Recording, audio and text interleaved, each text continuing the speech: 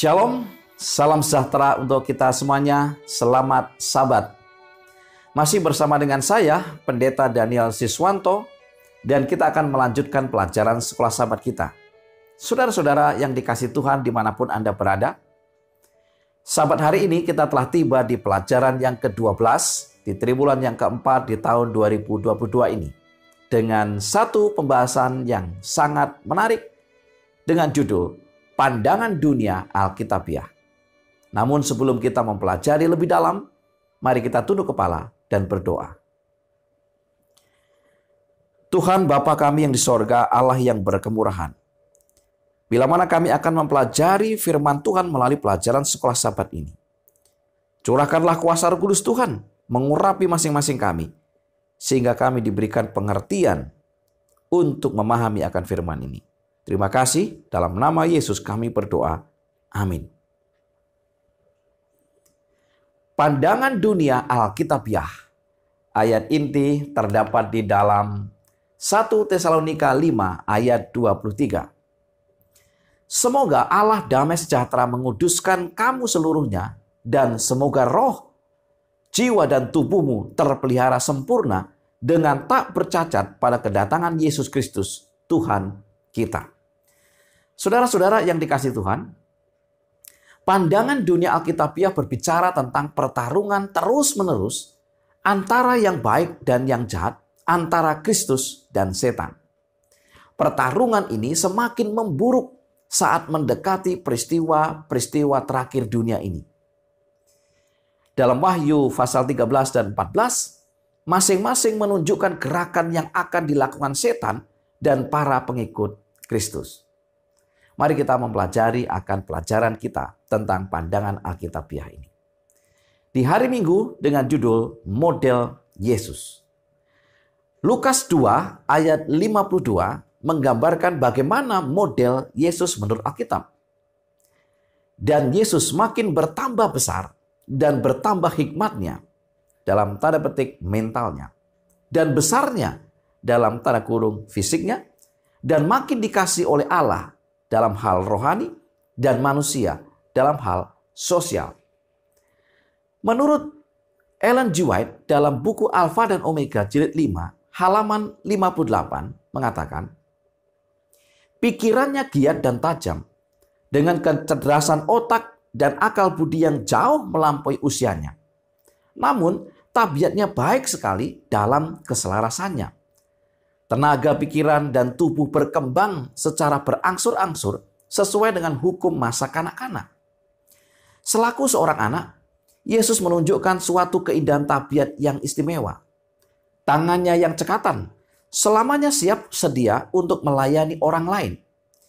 Ia menunjukkan kesabaran yang tidak dapat diganggu oleh apapun, dan keteguhan dalam kebenaran yang tidak sudi mengorbankan kejujuran, dalam prinsip yang kokoh seperti batu karang.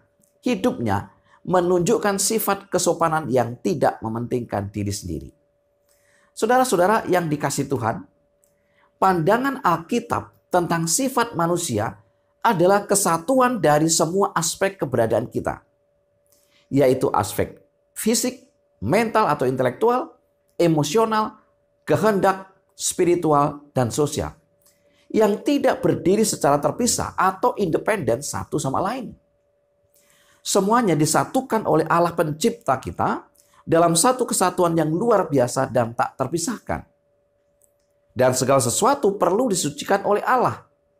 1 Tesalonika 5 ayat 23. Dan ketika seseorang meninggal, tidak ada aktivitas dalam aspek-aspek ini seperti tercatat di dalam Pengkhotbah 9 ayat 5 sampai dengan 6. Dengan kata lain, saudara-saudara, kalau manusia diciptakan secara menyeluruh, baik fisik, emosional, kehendak spiritual dan sosialnya, lalu pada waktu meninggal, ada pandangan yang mengatakan bahwa tubuhnya telah dikuburkan atau mati, tetapi jiwanya melayang-layang, jelas ini tidak sesuai dengan pandangan Alkitabiah. Kenapa? Karena pandangan Alkitabiah semuanya ini menjadi satu bagian. Jadi kalau seandainya manusia mati, semuanya akan tidak aktif. Matius 4 ayat 23 mendukung juga akan pernyataan ini. Yesus pun berkeliling di seluruh Galilea. Ia mengajar dalam rumah-rumah ibadat dan memberitakan Injil Kerajaan Allah serta melenyapkan segala penyakit dan kelemahan di antara bangsa itu.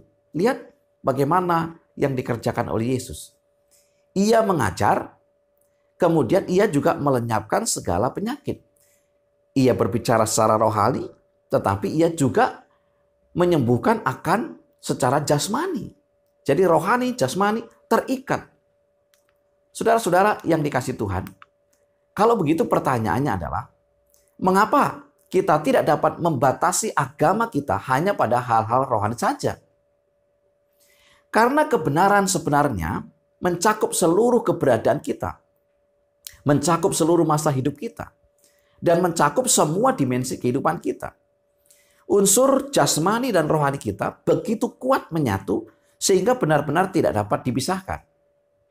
Mengapa kita tidak bisa membatasi agama kita ini hanya dalam rohani saja? Yang kedua, sebagai makhluk yang telah jatuh, kita tidak akan pernah bisa menyamai penggambaran seperti Yesus. Namun demikian kasih karunia Tuhan kita dapat menirunya.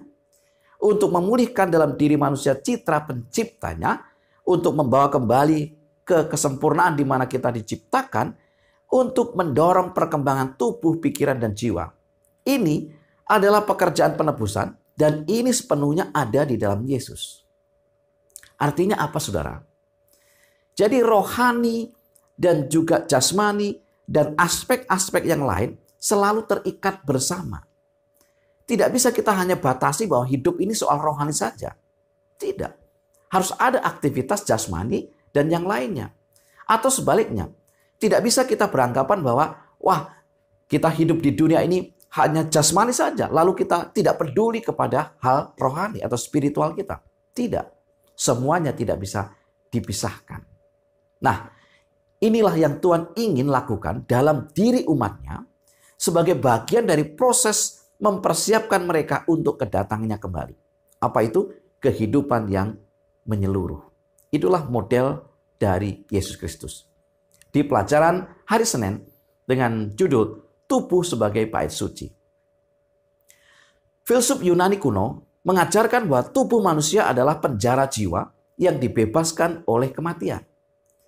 Dalam gema konsep ini, banyak orang Kristen saat ini percaya bahwa tubuh adalah tempat sementara dari jiwa yang abadi, yang akan disatukan kembali dengan tubuh pada saat kebangkitan.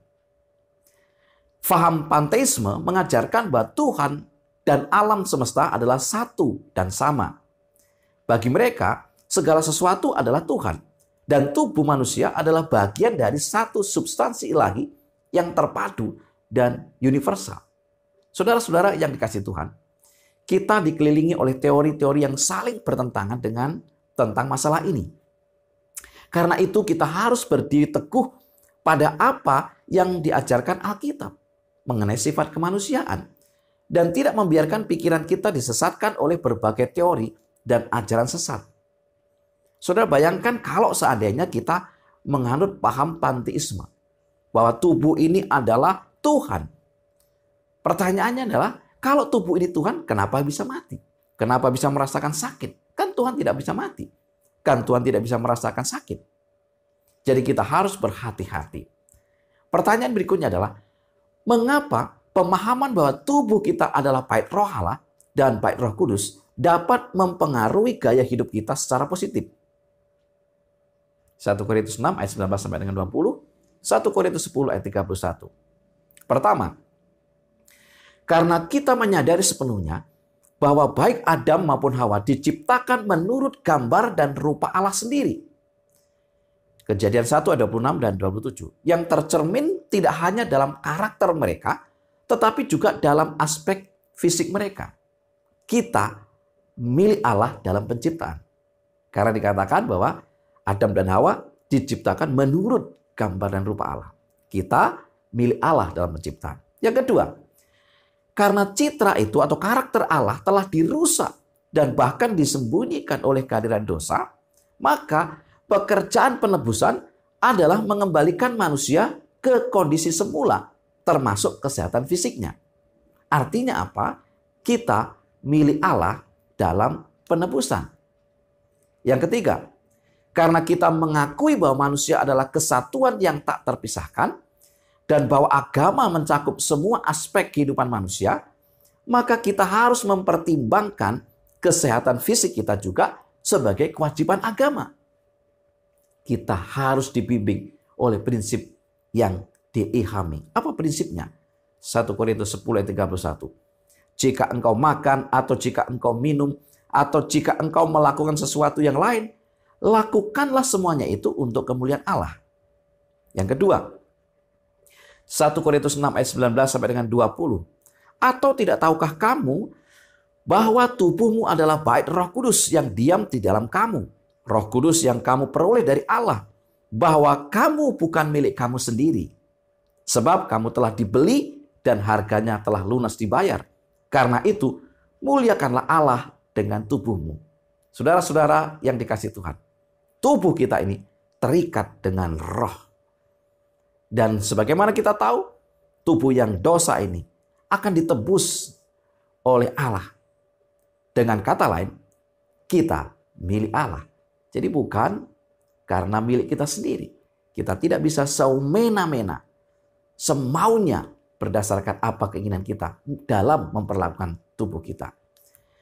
Kita harus mengingat bahwa kita masih hidup di dunia di mana orang-orang baik dapat melakukan yang terbaik, namun menderita akibat dari sifat manusia yang berdosa dan lingkungan yang berdosa. Jadi kita harus percaya kepada Tuhan dan melakukan yang terbaik, dan kita menyerahkan hasilnya kepada Tuhan. Saudara-saudara yang kasih Tuhan, kita akan berusaha yang terbaik. Hasilnya Tuhan akan menilai. Jadi jangan masa bodoh. Tidak boleh begitu. Kenapa? Karena tubuh kita bukan punya kita sendiri. Di pelajaran hari Selasa, pikiran Kristus. Ingatlah bahwa apa yang kita pikirkan atau apa yang ada dalam pikiran kita pada akhirnya akan mempengaruhi perilaku kita. Sebagaimana tadi dikatakan bahwa tubuh kita melekat juga roh. Sementara roh ada di dalam tubuh kita dan roh itu adalah bait Allah, maka kita tidak boleh menggunakan semena-mena akan tubuh kita. Dalam Markus 7 ayat 21 sampai dengan 22 dikatakan, sebab dari hati orang timbul segala pikiran jahat, percabulan, pencurian, pembunuhan, perzinahan, keserakahan, kejahatan, kelicikan, hawa nafsu, iri hati, hujat, kesombongan, kebebalan, dan banyak hal lagi. Semua hal ini muncul dimulai dari hati kita, dari pikiran kita. Lihat betapa terikat antara apa yang kita pikirkan dan apa yang kita lakukan. Apa yang menjadi bagian spiritual kita, rohani kita, akan muncul dalam fisik kita, tindakan kita. Karena itu, transformasi hati atau pikiran adalah sesuatu yang sangat penting. Dan memiliki pikiran Kristus harus menjadi kerinduan hati orang percaya. 1 Korintus 2 ayat 16. Memiliki pikiran Kristus berarti kita memiliki sikap yang sama seperti Kristus. Itu juga berarti kita memiliki pola pikir yang sama seperti Kristus. Filipi 2 ayat yang kelima. Pertanyaannya adalah, bagaimana kita dapat memiliki pikiran Kristus? Saudara bisa baca selengkapnya di dalam Roma 12 ayat 2, Filipi 4 ayat 8, Kolose 3 ayat 2. Ada beberapa hal yang perlu kita ketahui. Yang pertama, kita dapat memiliki pikiran Kristus hanya jika kita memahami hal-hal rohani secara rohani dan dipimpin oleh Roh Allah. Roma 8 ayat 14. Berikutnya, ketika Kristus menaruh hukumnya di dalam pikiran umatnya dan menuliskannya di dalam hati mereka, Yeremia 31 ayat 31 sampai dengan 33, Ibrani 8 ayat 8 sampai 10, Ibrani 10 ayat 16, maka mereka akan memiliki hati yang baru atau pikiran yang baru. Kita harus mengklaim janji Tuhan akan pemberian hati yang baru, sehingga kita dapat menghentikan pikiran yang berdosa. taruh pikiran Kristus dalam pikiran kita.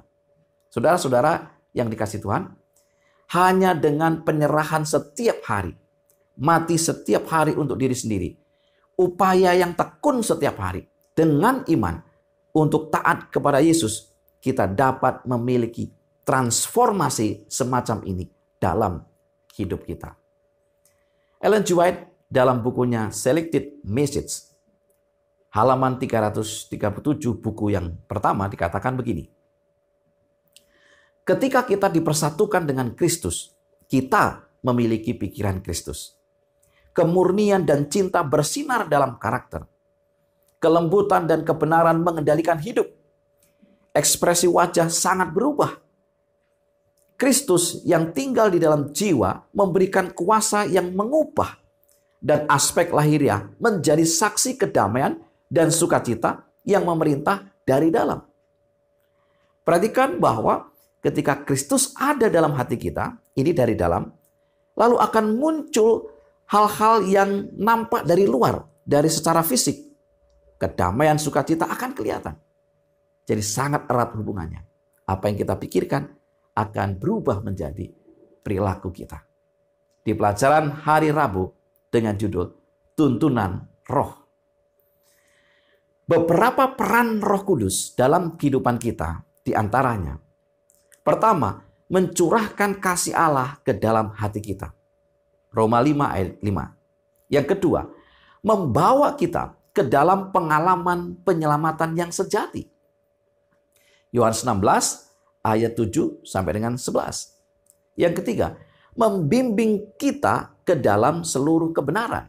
Yohanes 16 ayat 13. Yang keempat, memberikan kita kuasa untuk memenuhi misi Injil. Kisah Para Rasul 1 ayat 8. Dengan kata lain bahwa mengingat akan pentingnya peran Roh Kudus ini, tidaklah mengherankan mengapa iblis berusaha menyimpangkan pemahaman kita tentang sifat dan pekerjaan Roh Kudus agar kita tidak bersedia untuk menerima tuntunan Roh Kudus. Kenapa? Karena begitu penting akan peran Roh Kudus. Sementara itu, kita juga harus memahami bahwa tidak seorang pun dapat menerima karunia Roh Kudus tanpa dilahirkan kembali oleh Roh. Seperti halnya dengan Simon si tukang sihir yang dicatat dalam Kisah Para Rasul 8 ayat 4 sampai dengan 24. Ia buta terhadap peran Roh Kudus. Ia bahkan berusaha untuk membeli karunia Roh Kudus dengan uangnya. Mungkin saudara sekalian, secara lahir kita tampak melayani Tuhan, tetapi secara batin kita belum dilahirkan kembali. Hati-hati. Di zaman akhir, banyak orang ditolak oleh Tuhan. Meskipun mereka mengklaim telah melakukan banyak pelayanan bagi Tuhan. Matius 7 ayat 21 sampai dengan 23. Mengapa demikian? Karena hidup mereka tidak selaras dengan firman Tuhan dan mereka tidak hidup dalam tuntunan Roh Kudus. Ada di mana kita ini seakan-akan menjadi pelayan Tuhan yang sangat aktif. Tetapi sementara kita melayani Tuhan sangat aktif, perilaku yang kita lakukan, tindakan yang kita munculkan ternyata berbeda, saudara. Ini artinya apa? Seringkali kita ini dibaptis secara luar, tetapi belum mengalami baptisan secara pertobatan. Kita belum dilahirkan kembali. Bagaimana kita dapat mempersiapkan diri kita untuk menerima karunia Roh Kudus? Setiap pagi kita harus berlutut di hadapan Tuhan dan memperbaharui sumpah pengabdian kita kepadanya. Jika kita melakukan ini, Dia akan memberi kita kehadiran Roh-Nya dengan kuasanya yang menghidupkan dan menguduskan. Kita harus terbuka terhadap pimpinannya dengan membuat pilihan sadar setiap hari untuk melakukan apa yang kita tahu benar dan menghindari apa yang kita tahu salah. Artinya, hanya dengan mencari dalam kekuatan yang diberikan Tuhan untuk hidup sebagaimana mestinya, kita akan terbuka untuk menerima kuasa Roh Kudus dalam hidup kita yang dijanjikan Tuhan kepada kita. Dengan demikian, apa yang sangat penting bagi kita adalah bagaimana setiap pagi kita perlu berdoa agar diri kita sendiri semakin hari terbuka kepada tuntunan Roh Kudus dan kehidupan kita adalah kehidupan oleh Roh. Apa yang terjadi dengan mereka yang hidupnya dituntun oleh Roh Allah? Roma 8 ayat 14 mengatakan, semua orang yang dipimpin Roh Allah adalah anak Allah. Pelajaran hari Kamis dengan judul bersedia bagi kedatangannya. Kedatangan Yesus adalah puncak harapan bagi orang Kristen. Namun kita tidak boleh terlena sehingga tidak mempersiapkan diri dan bersedia bagi kedatangannya yang mulia itu. Dalam 2 Petrus 3 ayat 14 firman Tuhan berkata, sebab itu saudara-saudaraku yang kekasih, sambil menantikan semuanya ini, kamu harus berusaha supaya kamu kedapatan tak bercacat dan tak bernoda di hadapannya dalam perdamaian dengan Dia.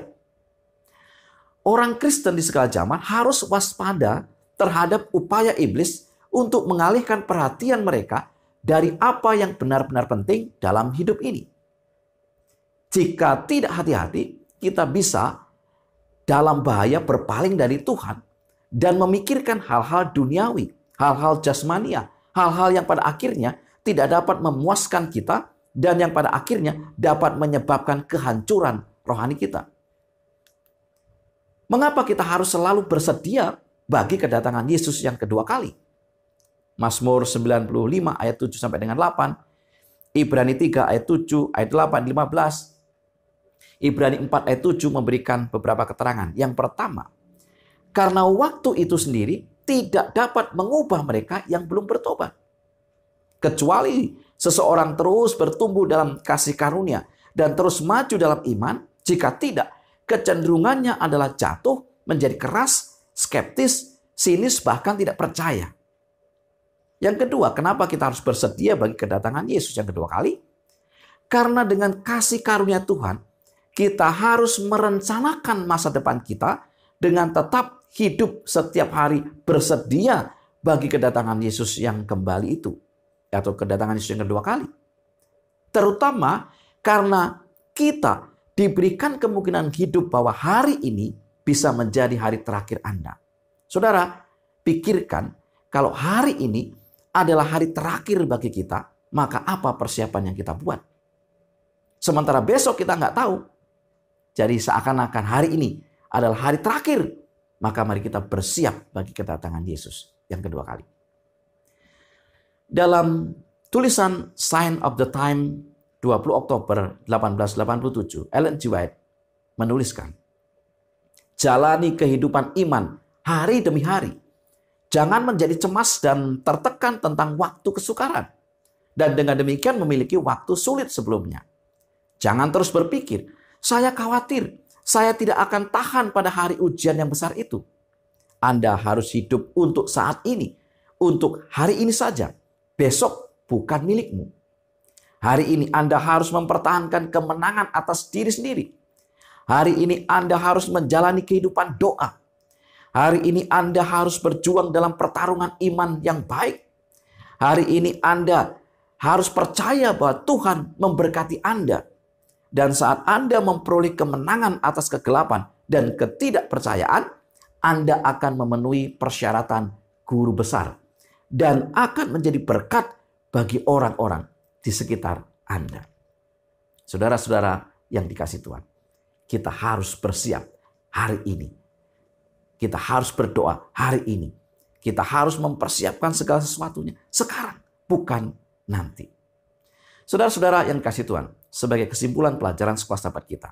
Yang pertama, pandangan Alkitab tentang sifat manusia adalah kesatuan dari semua aspek, yaitu aspek fisik, mental atau intelektual, emosional, kehendak, spiritual, dan sosial.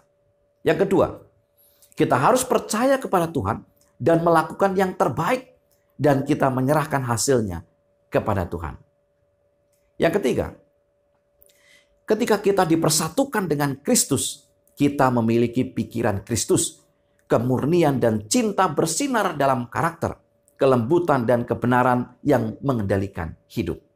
Yang keempat, setiap hari kita perlu berdoa agar kita semakin terbuka akan tuntunan Roh Kudus untuk melakukan apa yang benar dan menghindari apa yang salah. Yang kelima, kita harus merencanakan masa depan kita dengan tetap hidup setiap hari bersedia bagi kedatangan Yesus. Itulah pelajaran sekolah sahabat yang bisa saya sampaikan. Mari kita tunduk kepala dan berdoa. Tuhan Bapa di sorga yang berkemurahan, kami berdoa dan memohon agar kiranya kuasa Roh Kudus Tuhan Engkau curahkan kepada masing-masing kami. Firman yang telah kami pelajari, biarlah menambah kekuatan iman kami, memperbarui akan kehidupan kami. Oleh sebab itu, Roh Kuduslah yang akan memetraikannya, memberikan pengetahuan kami, sehingga kami memahami akan firman ini. Terima kasih, mohon berkat untuk seluruh umat-umat Tuhan dimanapun mereka berada. Dalam nama Yesus kami berdoa. Amin. Saudara-saudara yang dikasihi Tuhan, selamat belajar, selamat sabat, dan Tuhan memberkati kita.